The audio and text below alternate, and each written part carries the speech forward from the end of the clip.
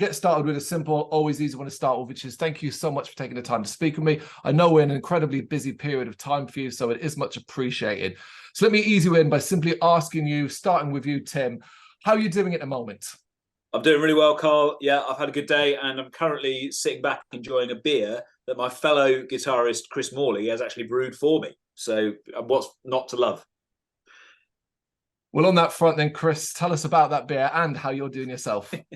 Yeah, I'm doing very well. I've spent most of this afternoon getting a tattoo, funnily enough, so I'm pretty well rested from being sat on basically a couch all day. So yeah, pretty good. The beer is a black IPA. It might be one of my favorites that I've brewed in a while. So yeah. Where can we find that beer? So it's unfortunately I homebrew, so you can't buy it off the shelves. But if you speak to me nicely at a show, maybe I'll have some. We should absolutely start. I don't know if that's legal, but could we start selling beer at the merch table? Homebrew beer? You can't sell homebrew apparently because the tax office likes a cut of that if you do. Okay. There it is. There it is. Obviously, just two of you from the Beyond Grace camp. So overall, how is everybody else doing? Are you in a good headspace right now? Because we are a touch over a week from the release of Welcome to the New Dark Ages, Part 1. Indeed. Yeah. I think we're excited. Chris can correct me if he's not excited, but it's always a delight when something that you've worked hard on for ages, and I'll speak for myself, something that I've got so close to, I've lost the wood for the trees, actually hits the real world and people start responding to it, and then hopefully enjoying it. That we've been fortunate so far. We've had some positive reviews in our previous releases. And I think genuinely this is probably the best thing we've done so far. So I'm really excited that it's gonna hit people's ears next week. Yeah, I mean, just adding to that, it was like there was a little bit of stress went into this EP, without going into too much detail. Yeah, we had a lot going on. A lot of stress. Like I think to some extent, the pressure has made a diamond, at least from our point of view. Like I think we're all really happy with how it came out. But yeah, a little bit of a nicer headspace now, and we're super excited for release and for people to hear it. So yeah. Have you had any reviews out yet that can give you an impression of how, at least on the press side of things, it's been received? Because obviously you've got you've got a single out, you've got YouTube comments, and obviously it was social media comments as well. Yeah, so I think we got the first review sometime earlier this week. It was on Monday. And it was overall really, really positive. And we always find it funny when we get reviews, just kind of like what bits people really like and what bits, kind of like, because obviously we always have our favorite bits that we enjoyed playing and enjoy, kind of like listening back to. And it's always kind of fun to get reviews and, hear people go, oh, actually, I really liked that bit. And we're like, I was really glad that the reviewer picked up on the cover version of the Peter Gabriel song that we put together as well, because that was a bit of an adventure for us to try something different. It was the first time we'd done any clean singing on any of our recordings, and to see that land favorably was a bit of a relief as much as anything else, I think. So I hope people enjoy that part of it. Whether or not they like Peter Gabriel, it's an interesting interpretation. Well, that's always the thing about covers, really, isn't it? Regardless of what you personally might do to a track in regards to changing it and making it, say, heavier or softer and so on, if you hate the original, you're always going to struggle to like any kind of cover. Well, people who love the original hate our cover, and we took that as a compliment. There it is. Of course, Welcome to the New Dark Ages Part 1 is your new EP, and it is out on November 24th. Of this year, part 1 of a 3-part series of digital EPs, which will then be collected into a wonderful physical album entitled, of course, Welcome to the Dark Ages. So let's start there. Why did you choose to do it this way? 3 EPs. So basically it was the best way I can describe it is kind of coming off the back of our previous work. one of the things that we kind of struggled with, especially during COVID, was kind of like keeping people abreast of what we were doing, because we found like everyone was busy during COVID, right? Like, you know, and especially when you're trapped inside all the time, you don't have, you know, that much leeway to kind of get together and collaborate and make new stuff. And so, you know, we found that like we kind of started to build up all this momentum, and then kind of COVID killed it off just because we couldn't get anything else out there. And kind of it was Andy, funnily enough, our singer, that sort of started to kind of bat around this idea of like, oh, well, maybe we just do like EPs. Then it kind of was something that Cryptopsy was toying with for a little while. And so like I really like those EPs, and I was like, actually kind of maybe he's got a point here, and just, you know, having like every so many months we just put out kind of like, you know, 4 or 5 tracks that we're really, really proud with, you know, like, yeah. I think I was actually our videographer, who's a friend of the band. He gave us the final idea to go that. I think we were tending in that direction, but it's something to do with the new world of streaming and more constant releases being better than one big release dump. Unless you're an enormous band like Tool or something that everyone's going to pay attention to. For a little band like us, just keeping stuff that's in the public eye is important. And so we thought, well, okay, let's try and work smarter rather than harder. We've got loads of good ideas. We know an album is quite an effort and an undertaking. We've known that from the past too. So let's try and package this in a way that, yeah, helps us keep our own momentum and passes on that sense of momentum to the people that are following with the band as well. Oh, you're paying attention to the state of the industry, the world as it is, the instant gratification that is needed. You're absolutely right. I figured, I actually could have guessed that there had to be that thought process behind it, because you are right. You release an album in 2 weeks' time. It's not necessarily that it's forgotten about, but it's buried as new releases every single week. So I guess this way, every time people begin to forget or move on, there'll be another release. That's the hope. If they liked it, if they don't unfollow us. If they really love Peter Gabriel. How soon after the release of Our Kingdom Undone did work begin on Welcome to the New Dark Ages? And what did your initial vision look like? I think, just to jump in here, I think the cover, funnily enough, work started on that pretty rapidly afterwards, because we'd been toying with the idea of doing a cover for a while. And so obviously Our Kingdom Undone was kind of mixed by Charles of Abysmal Dawn, and the cover is as well, funnily enough. And so that was kind of like almost the thing that tethered the two together. And then I think kind of when we'd finished that was kind of when we had a whole bunch of ideas that we just started throwing around for riffs. And because especially like we released Our Kingdom Undone kind of sort of mid-COVID, so it wasn't like we had anything else to do. So it was like, let's just write to the best of our ability. Might as well just write riffs. Yeah. See what happens. I think for us, writing's an ongoing process. And actually it's better when it's constant rather than urgent. When things are urgent, it gets stressy, it gets pressured. You've got a deadline coming around the corner. You have to just kind of make compromises for the sake of getting things over the line. Whereas having we're always on, we're always absorbing stuff, we're always throwing ideas down, is much more helpful. Even though 80 to 90% of those ideas never see the light of day because they're absolute garbage.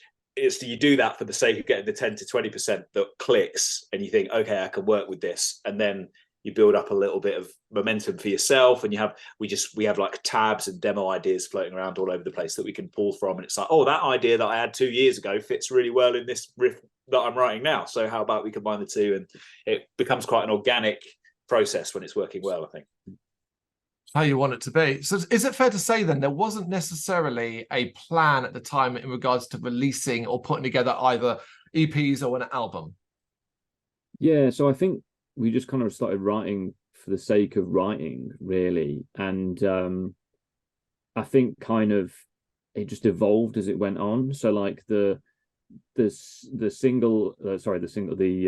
cover and how happy we were with how that came out, I think meant that we then felt confident enough to include some more of Tim's kind of clean singing on the stuff that we were doing. And kind of like me and Tim spent a lot of time like batting demos back and forth. And I think one of the a couple of the things that really emerged from how we were writing at that time was we had a couple of phrases that came up a lot, and one of them was "kill your darlings." So we were trying to like kind of take what we do and do it in a much more concise kind of manner, but it definitely didn't start out like that. Like we kind of started to write how we normally did, and then I think Fit for an Autopsy was a bit to blame in that we both really got into them over COVID, and they do this fantastic job of writing like really, really good songs that are really concise and well put together.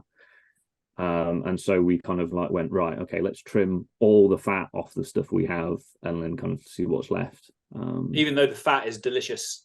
Yes. and you love it. And when you write it, you want to keep it in and you think this is great, but for the sake of the whole piece, you have to cut stuff out. Carl, I'm sure as a writer, you know this feeling. Sometimes just for the sake of the end product, you have to make some difficult decisions along the way. But hopefully if writing is that organic process, you can reuse the stuff that got chopped out earlier and adapt it and reapply it in some way. And it's always ongoing, as painful as it is at the time. So at what point then did you find the album was the album was a possibility, that you thought, okay, we have got enough material here, we've got enough ideas, and it's taken shape? I think we had, when we started recording the Peter Gabriel cover, Here Comes the Flood, we had about half a dozen songs that were 2/3 complete or so. So we were at a junction where we thought, okay, do we want to just push through and try and get this up to 8 or 9 songs and get it over the line sooner rather than later? Or are we better off just chunking this, making this a bit more viable? Because we all have full-time jobs, alas. No one's in the death metal game for fame and fortune. It's you do it for the love of it. So yeah, we've all got other things that we're doing, other projects on the side, some musical, some beer brewing related. You know, Andy writes, and Ed plays in a wedding band and works at an art gallery or a university art gallery or something like that. I don't know what he does, but anyway, yeah, people have got stuff going on. So it's trying to find those evenings, those weekends, an hour here, an hour there, where you can keep things moving. And when you just when the decision is taken, it's an album, things get really intense really quickly. And at the end of the day, I think this band is still going because we like hanging out with each other.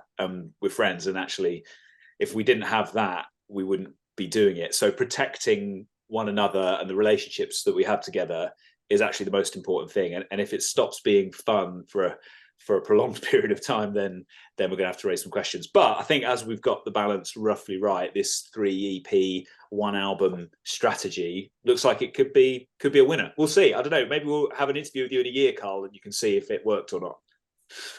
Well, the ideal situation would be I can't get in with you because you're too damn big these days for someone like Carl, us, we'll always make time for you, Carl. That's the dream. I mean, part 1, I've heard it showcases Decided Beyond Grace that we are all familiar with to some degree, but it also shows you're expanding in many different facets, and it is fascinating for that. In fact, it's notable from the first single alone. Most people have heard it, The Burning Season. So I have to ask, was that an important aspect for you when it came to writing this record, to not be stagnating? You want to take this one, Tim? Oh, okay. Oh, you go first. I think yeah, in that I'm trying to figure out how best to describe it, but we're very lucky as a band to have Andy, who does a lot of writing for No Clean Singing, as our singer, and so he's kind of always like just kind of pouring what he thinks is good music at you, to the point where it's a bit of a torrent and it can be very difficult to keep up. But like 9 times out of 10, if he really goes out of his way to be like, hey, you need to listen to this band, it's pretty good. And like that's kind of like really nice as this kind of like torrent of different ideas and and stuff like that. And so I think, like I mentioned, kind of Fit for an Autopsy earlier, like I think there's always something where we're kind of listening to stuff as a band and we go, oh, that's cool, like maybe we could do something a bit like that on this album, or kind of maybe we could like push ourselves in like a a similar way, or or something like that.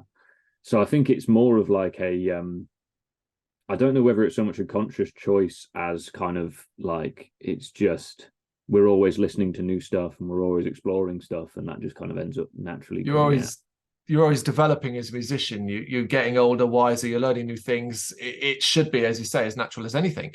I think that's really true, and we're trying to just pull in inspiration from wherever we can find it, really. So that doesn't always look like just listening to metal bands, although a lot of the time it does. And we think, oh, that's a good riff.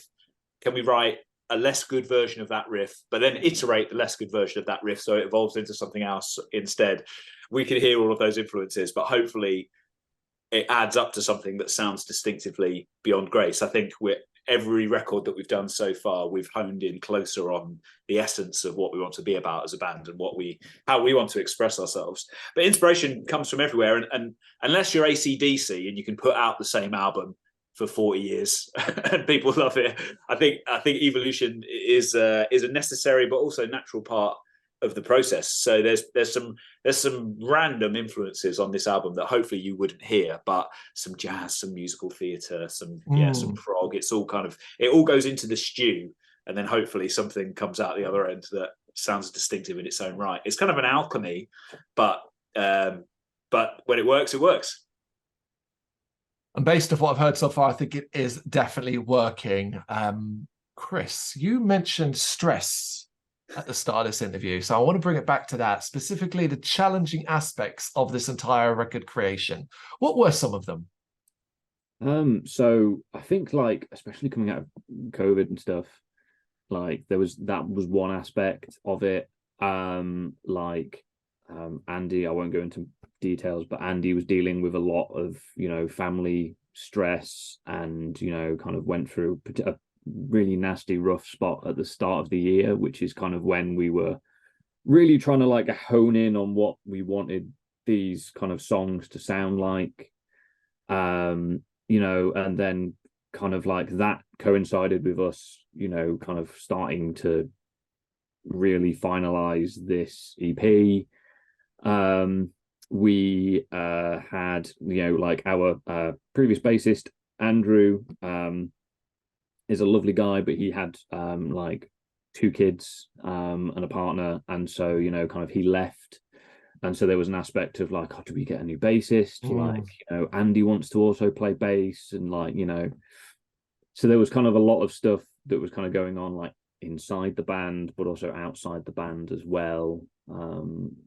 So like I kind of started a new job mid kind of pandemic, and then hung around for 6 months and went, this isn't for me, and quit. And like, so yeah, just kind of a lot of stuff that is external to the band that kind of like we're all people, and so there's no way that you can stop that from not spilling into like stuff that you do as a band, and also to some extent like the music that we end up making. So yeah, just a little bit of all sorts, if I'm being honest, Carl. No, I appreciate the honesty. And the most important thing is that here we stand. We are just over a week from the release of the first part of this trilogy piece. And this is, the end result of dark times, hard times, COVID, personal problems and all that. Still, here you are. And that's the most important thing. Yeah, at the end of the day, like it's, it's quite nice because I think it kind of became a bit of an outlet for us, in that like, when you're getting stressed out and things are a bit annoying, like hearing that Tim has written a new riff and it's beastly as all hell is, always cheers you up. I can confirm. I think also the COVID dynamic has really affected the scene, at least for bands that are on the smaller end of the spectrum like us. It's just harder. There's just less kind of, at least from our perspective, less kind of momentum, less things happening. And so that element that you always hope for, which is playing the music live and getting a response from it in that moment, was gone. So it feels like we've had to kind of start all over again, back to, we we slid down the snake and it's like back to zero, do not pass go, do not collect two. I'm mixing my metaphors, but you get the idea. And that's difficult because you have a certain amount of momentum with the last record, and then through no fault of your own, life happens, and there's a global pandemic, and things just have to start over. So I think it's been tough, but this does feel like a bit of a new season, and starting out on this little EP trajectory, I think is exciting. And glad that you're liking what you've heard so far, Carl, and hopefully there'll be more to come. Yeah, well, I mean, I was over the moon when I saw it pop up in the mailbox, because big fan of Our Kingdom Undone. It did come out in 2021, as you said. It was a difficult period of time. Ultimately, it may not get a fairest shake because of that, but you weren't alone there. That's the thing. There's nothing you could have done about that. But aside from like these challenging aspects we talked about, I want to switch it around to the satisfying part, the things that are more positive. This entire writing creative experience, what were some of the more satisfying aspects for you? Well, I can geek out on this for a moment. I think I've always been a bit hesitant about downloading the latest plugin for this amp or that effect or whatever, because I'm personally do not rate myself as a good producer at all. I can demo stuff, I can track stuff, but that's about it. And so playing with anything more than what the set presets are in Logic, I thought was a bit beyond me. And actually, I'd be better off just learning how to use the stuff that comes with the software, rather than, the guitar pedal equivalent of, I'll just throw money at the problem and just buy more pedals, and that will make me better. So that was a good learning process in itself. And I think learning how to demo things well with the technology that we had has been really helpful. So with all of these tracks, we had fully completed demos before we sent them off to Slav at Jigsaw Audio for mixing and mastering. And as much for ourselves as for him, knowing that we were all happy and we had a good sense of the cohesiveness of each song and where all the different layers fitted together was really helpful. And kind of, we were proud of the songs already before we'd sent them off, without needing to worry about, is the mix or master gonna get this over the line. And then as part of that, I'm going to contradict what I just said, in that I did download one plugin, which has absolutely delighted me, and I'm still having a good time with it, which is called Labs by Spitfire Audio. Oh my goodness, how is this stuff free? I don't know. I've got to give these guys a shout out, Spitfire Audio. Incredible.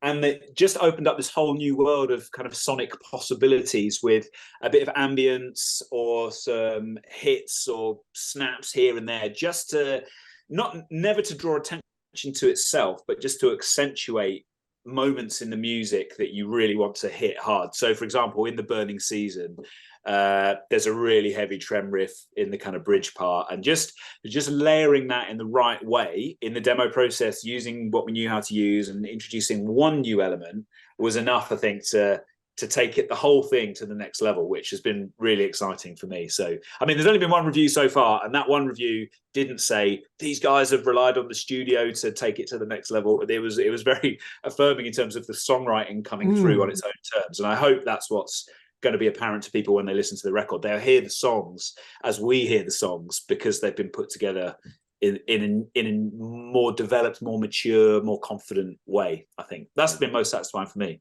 How about you, Chris? I think actually building off of that, the things that, like, one of the other sayings that we had, or sort of, we had kind of towards the end of this, was like, give the people what they want. Because, like, especially on some of our like early like previous stuff, it's not like that we've pulled punches, but it's felt like there's been times where it's like, maybe that riff could have gone on like a little longer, or like maybe we could have like gone to like a really heavy riff there or something like that.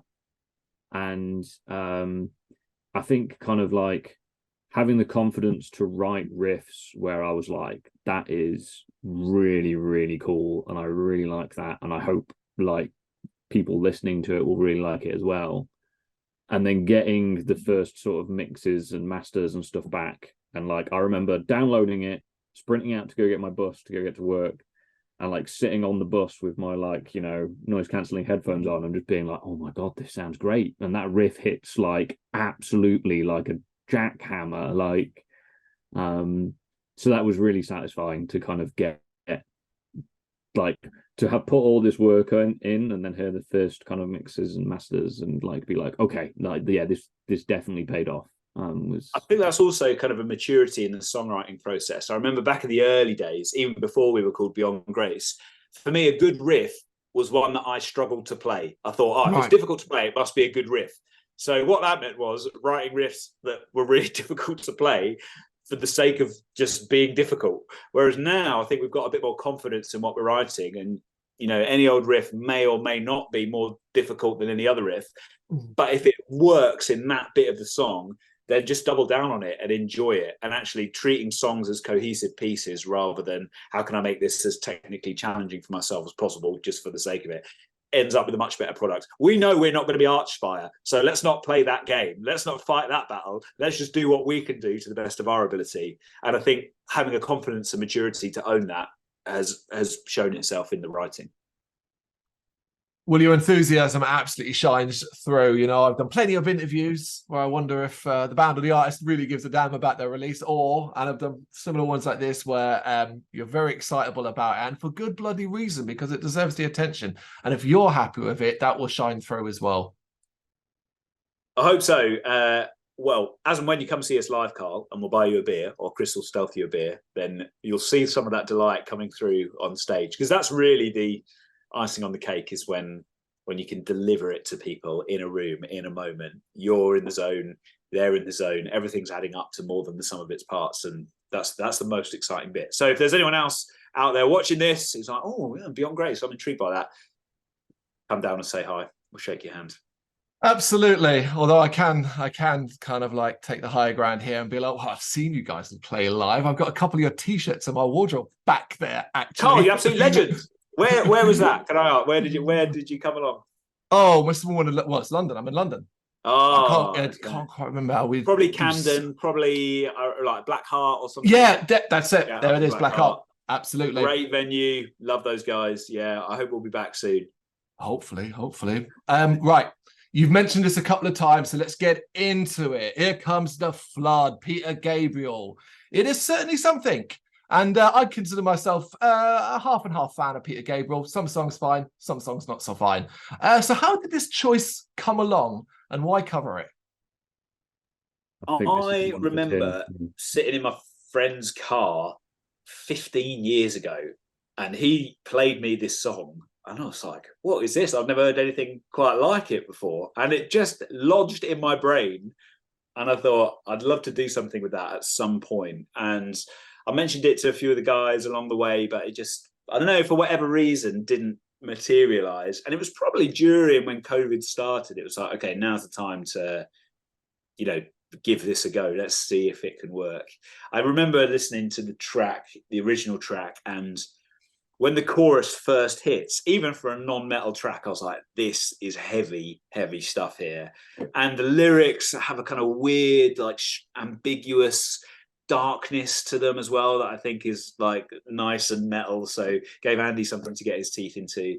And then, as with lots of our songwriting, it was 10% inspiration, 90% perspiration after that point, and then just like going round and round and round. And can we stretch this part? Can we contract that part? Can we do this at this section? Oh, that needs a riff there. I think for a while I had everything except the chorus, and I just had to walk away from it.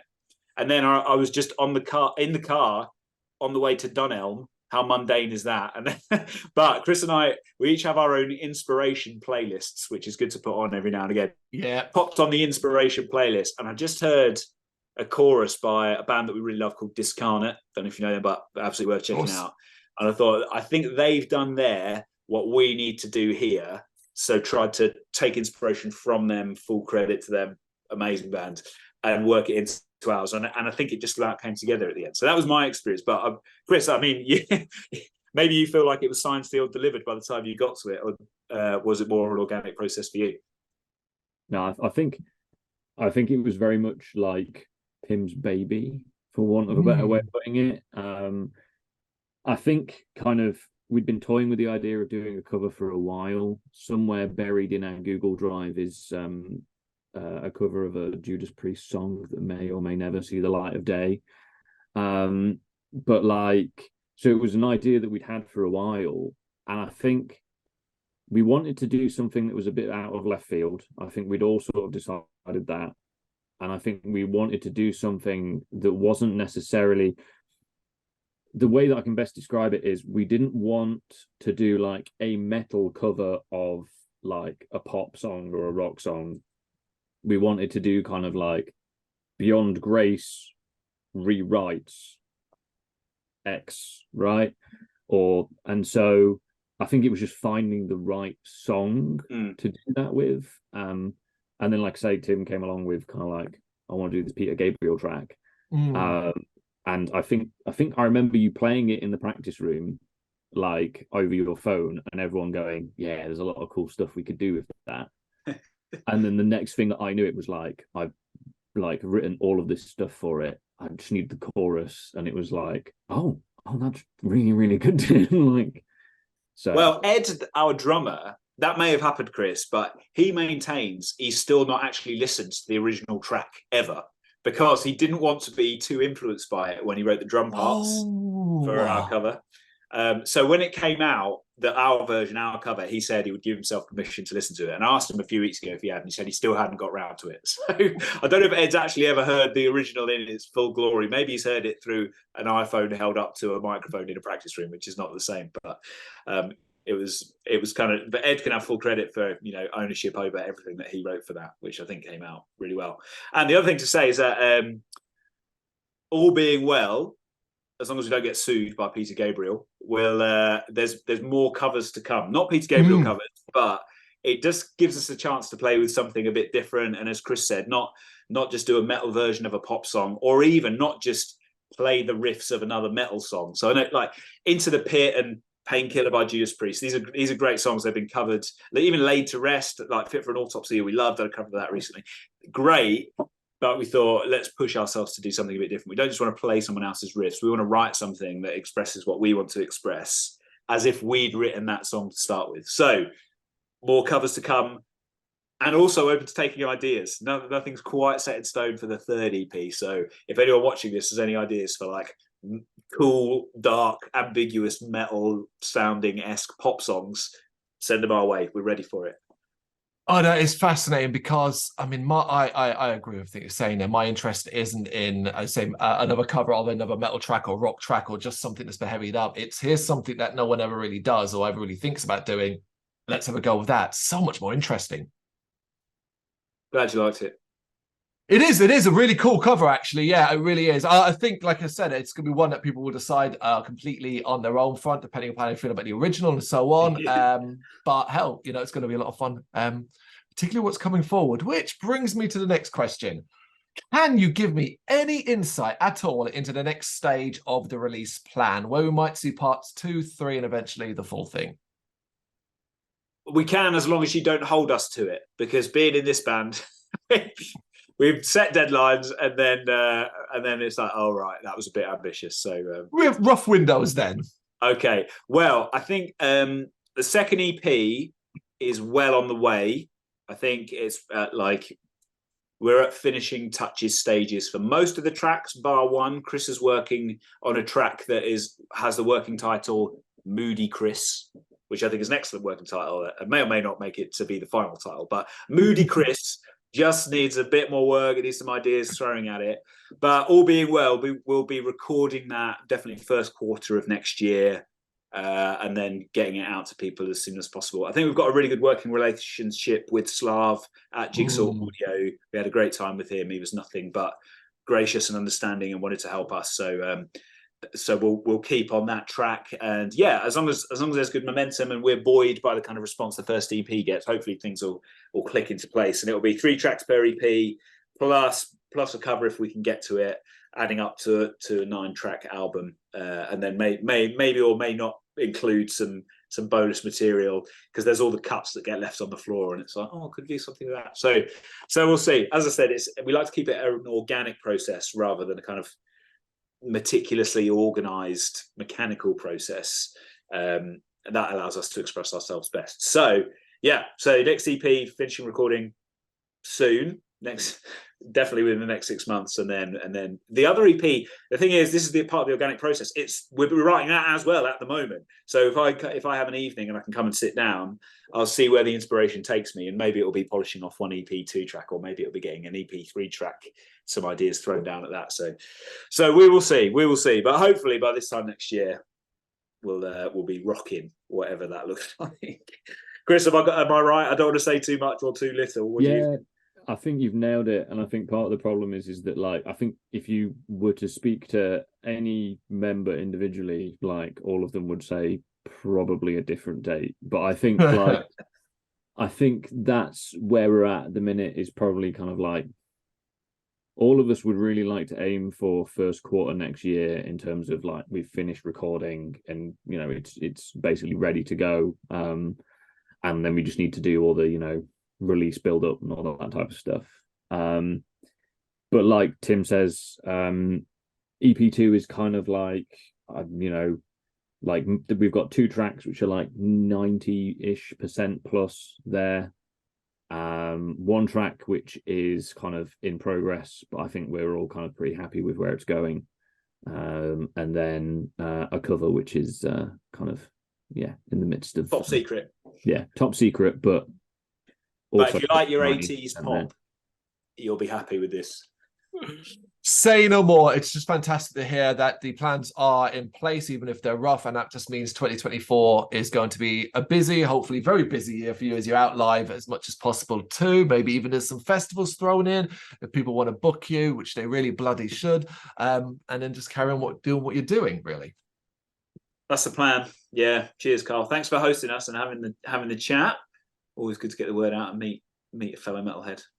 I want a couple of more minutes of your time, gentlemen. And this is Ozzy Osbourne. And in his head are randomized questions of anything and everything that we've thought of, as well as submissions from other artists and bands too. So you can always get one of them. I'm going to pull some out at random. I'm going to throw them your way if you don't mind answering.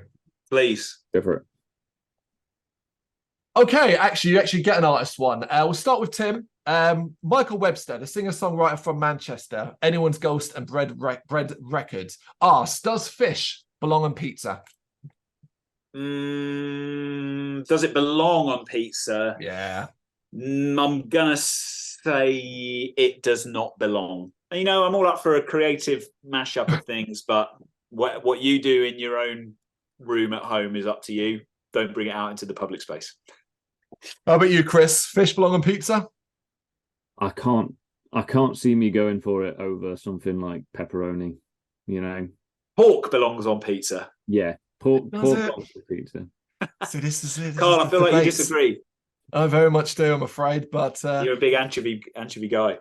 No. I don't think I've ever had fish on pizza, but I'm very much a bog standard. Here's some mozzarella, and that's about all I need. Oh well, yeah. I mean, you're speaking to a vegan here, so I was just making a conciliatory remark to pepperoni fans out there, but you don't need any more than good quality raw, like natural ingredients that have been grown in someone's back garden. That's what pizza's about. Simple, beautiful. Fair enough. Right, back to you, Tim. Number 82. What video game defined your childhood? Oh, that is an absolutely great question. Probably. Oh my goodness. Command and Conquer Red Alert 1. Maybe that ages me. I know Red Alert 2 was like the breakout success of that whole series, but Red Alert 1, I remember because it was the first game I ever played on the internet against my friends. We dialed up each other's modems. We lived 100 meters from each other, and we did a live game where we were playing against each other from our own houses. This absolutely blew our minds. It was the best thing of all time. So Command and Conquer Red Alert 1. I can still remember some of the little quotes from the characters in it and the whole shebang. Sensational game. Sensational. Would recommend. If you think that ages you, I was playing the original before. Oh mate, yeah, original Command and Conquer. That is old school. But you know, I don't know if it holds up. Maybe I don't want to find out. I just want to remember it as a classic. Chris, what about you? You got a video game that defined your childhood? Less sort of like childhood and more young adulthood, I suppose. But Halo Reach for me, like really, I have a really nice core group of friends from back home, and all of us met and kind of bonded playing Halo Reach. So it was kind of like, you know, you would get home, sit down, like, you know, have dinner, and then everyone would log on and we would just like play Halo Reach. And I've got so many kind of like fond memories of like just dicking around on that game and just being in tears of laughter. So yeah, Halo Reach for me. All those Halo games up to Reach, really, I think they're responsible for a lot of bonds and friendships over the years. Oh, most definitely. Yeah, most definitely. All right, back to you, Tim. What is a fandom that frightens you a little bit? Do you know what? I hope I don't get myself into trouble here, but the whole Potterverse thing terrifies me because of all that has kicked off in that fandom. I would really commend, I don't know if anyone's listened to it, a brilliant series. There's going to be a tie in here to Beyond Grace, so watch me work do pull this one off. Brilliant series by a journalist called Megan Phelps Roper, who interviews J.K. Rowling. It's called The Witch Trials of J.K. Rowling, about the whole thing. Amazing, a brilliant kind of like insight into the dynamics of culture at the moment and the culture wars that we find ourselves in. Megan Phelps Roper did a TED talk about leaving Westboro Baptist Church. That's her background. Oh, yeah. Which I think actually Chris recommended to us, and ended up being sampled on the song Factions Speak Louder Than Herds on the first Beyond Grace record that Chris was on. So on Our Kingdom Undone, Factions Speak Louder Than Herds, Megan Phelps Roper, quote at the start, and then she went on to do great things. I can only assume it's because we featured her on our album. Of course. How about you, Chris? A fandom that scares you or frightens you a little bit? I think I'm unfortunately I'm going to have to side with Tim here as well. The Potterverse thing, because like I don't understand it, like, but that's probably because I didn't grow up reading those books. I grew up reading Terry Pratchett, so for me, I latched onto that, and like, yeah, it's I don't get it. And like I got to you know, my job, and one of the first things that my office mate asked me was like, we were chatting away about various things, and they were like, "What is your Pottermore house?" And I was like, "I don't know. I've got no idea." Like, so yeah. And like Tim says, there's so much that has kind of cracked off in that, and I'm someone that struggles to separate art from the artist a lot. And so for me, I'm like, there's people that I know that are massively obsessed with it, and I'm just there like, I don't understand. Like, yeah. Yay for Terry Pratchett not being a problem. Yes, yeah, wholeheartedly agree. Okay, easy one then. Back to you, Tim. What is your favorite dinosaur? I mean, I did recently rewatch Jurassic Park. Still holds up. Absolute banger. And just the way they make the T-Rex the main character in that is unsurpassed in my view. So I know there are bigger dinosaurs, I know there are nastier dinosaurs, but just for sheer kind of poetry, the T-Rex. There it is. Chris, you got a different one? Funnily enough, I'm gonna have to go with the Raptors. Like, 2, I love them. I realize that, you know, like in Jurassic Park, actually velociraptors are significantly smaller and less deadly, but just raptors in general are just like, have you seen the bird, the cassowary, which is basically just a raptor with feathers? And I'm like, that thing is terrifying. Little gits. Yeah, and like I don't want a raptor anywhere near me, which is why I'm like, they're the best, you know. I got one more for you, Tim. What is a horror movie scenario you would hate to find yourself in? Oh, do you know what? I watched last week Dream Scenario, the new Nicolas Cage film. Carl, have you seen it yet? No. Carl, you got to go. I've never seen on screen a better realization of the things that terrify me most. And so, and even like the two things that terrify me most were both in this film, but I'll just give you one of them and then people can watch the film to discover the other one, which is a slightly mentally unstable man breaks into his house in the middle of the night goes into his kitchen, takes out the biggest knife that he can find, and then creeps up the stairs and bursts in to his bedroom while Nicolas Cage and his wife are still asleep. I'm still having nightmares about it a week on. Unbelievable. Incredible. What are you, Chris? I think I'm going to have to go with it's one of the films we watched as a band called the Hole in the Ground. Oh wow. Yeah, not like spoilers ahead, spoiler warning for anyone that's not seen it. But there's a child in it that kind of goes through some weird changes, and the suggestion is that it's no longer this child and it's something completely different. And like, I don't have kids, but kids are kind of creepy as is. Like, kids do things and you're like, that was weird. And so I think like having a kid and then having that kid be even weirder than normal, I would just be like, is this me? Am I going mad? Is this like actually this kid? And yeah, no, don't want anything to do with that. I'll thoroughly pass on that, I think.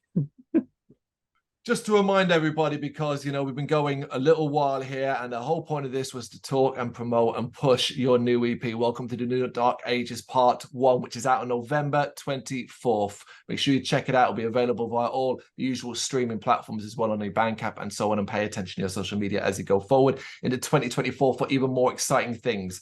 Guys, thank you so much for taking the time to do this. I really appreciate it. Cheers, Carl. Honestly, most been welcome. Great. Yeah, Love the questions. Thank you very much for watching.